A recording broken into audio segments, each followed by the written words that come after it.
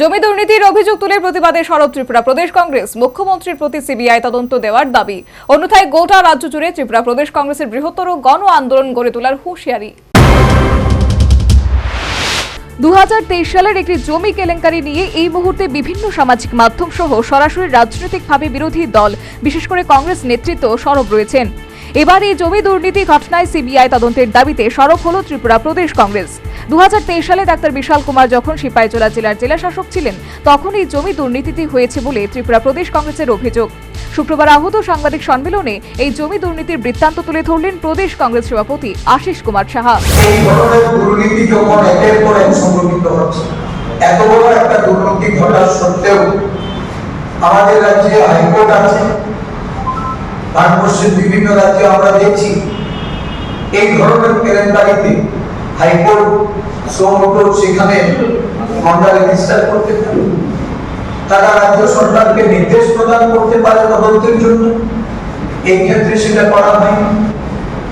এই রাজ্যে লোকায়ুক্ত আছে, একটা সাদা হাতি পোষা হচ্ছে, কিন্তু এই লোকায়ুক্তর মাধ্যমে এই দুর্নীতি কোন ধরনের তদন্ত হয়নি বা তদন্ত করার জন্য কোন পদক্ষেপ নেওয়া হয়নি।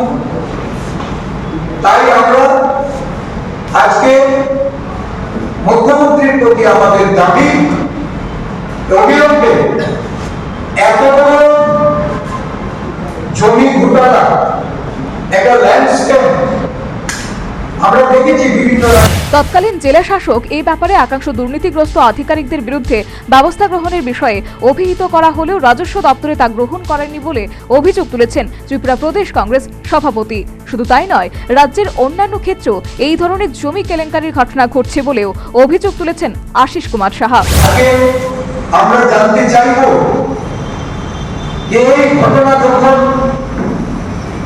বিরোধী দলের পক্ষ থেকে আমরা তুলে ধরলাম, বিধানসভায় আমাদের বিধায়করা এটা নিয়ে আলোচনা করতে চেয়ে বাধাপ্রাপ্ত হয়ে তারা এমনকি রাজস্ব দপ্তর ছাড়াও অন্যান্য আরও একাধিক দপ্তরে বিভিন্ন দুর্নীতি হয়েছে বলেও প্রদেশ কংগ্রেস সভাপতি অভিযোগ তুলেছেন। আমাদের রাজ্যে দুর্নীতি একের পর এক সংঘটিত হচ্ছে।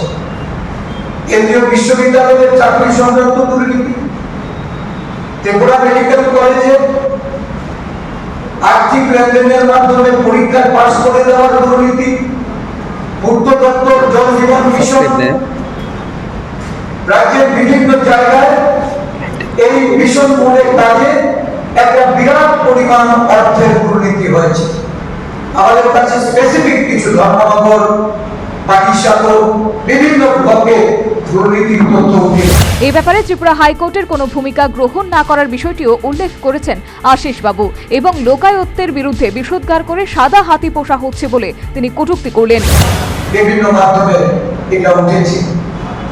আমরা জানতে চাই, এই ধরনের দুর্নীতি যখন একের পর এক সংঘটিত হচ্ছে, এত বড় একটা দুর্নীতি ঘটার সত্ত্বেও আমাদের রাজ্যে হাইকোর্ট আছে, ভারতবর্ষের বিভিন্ন রাজ্যে আমরা দেখছি এই ধরনের কেলেঙ্কারিতে হাইকোর্ট সমগ্র সেখানে মামলা রেজিস্টার করতে পারে, তারা রাজ্য সরকারকে নির্দেশ প্রদান করতে পারে তদন্তের জন্য।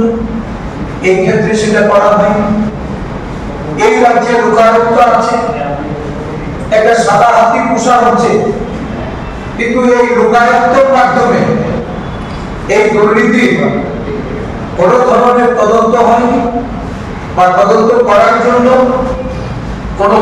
সর্বশেষ এই জমি কেলেঙ্কারির ব্যাপারে সিবিআই তদন্তের দাবি জানালেন প্রদেশ কংগ্রেস সভাপতি এবং 15 দিনের সময়সীমা বেঁধে দিলেন। অন্যথায় বৃহত্তর গণ আন্দোলনের নামার হুঁশিয়ারি দিলেন প্রদেশ কংগ্রেস সভাপতি আশিস কুমার সাহা। তার পূর্ণাঙ্গ তদন্তের জন্য এই ধরনের ঘটনা, এত বড় একটা আর্থিক দুর্নীতি, আমাদের রাজ্যে দুর্নীতি একের পর এক সংঘটিত হচ্ছে।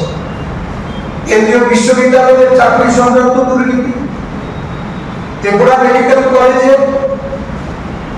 আর্থিক লেনদেনের মাধ্যমে পরীক্ষায় পাশ করে দেওয়ার দুর্নীতি, পূর্ত দপ্তর, জল জীবন মিশন, রাজ্যের বিভিন্ন জায়গায় এই মিশন মূলের কাজে একটা বিরাট পরিমাণ অর্থের দুর্নীতি হয়েছে। আমাদের কাছে স্পেসিফিক কিছু ধর্মনগর, পাটিসাগর, বিভিন্ন ব্লকে দুর্নীতির তথ্য উঠে এসেছে। আপনারাও বিভিন্ন জায়গায় এই তথ্য সংগ্রহ করে সর্বোপরি জমি দুর্নীতির অভিযোগ তুলে প্রতিবাদে সরব ত্রিপুরা প্রদেশ কংগ্রেস। মুখ্যমন্ত্রীর প্রতি সিবিআই তদন্ত দেওয়ার দাবি, অন্যথায় গোটা রাজ্য জুড়ে ত্রিপুরা প্রদেশ কংগ্রেসের বৃহত্তর গণ আন্দোলন গড়ে তোলার হুঁশিয়ারি। Bureau report, news vanguard.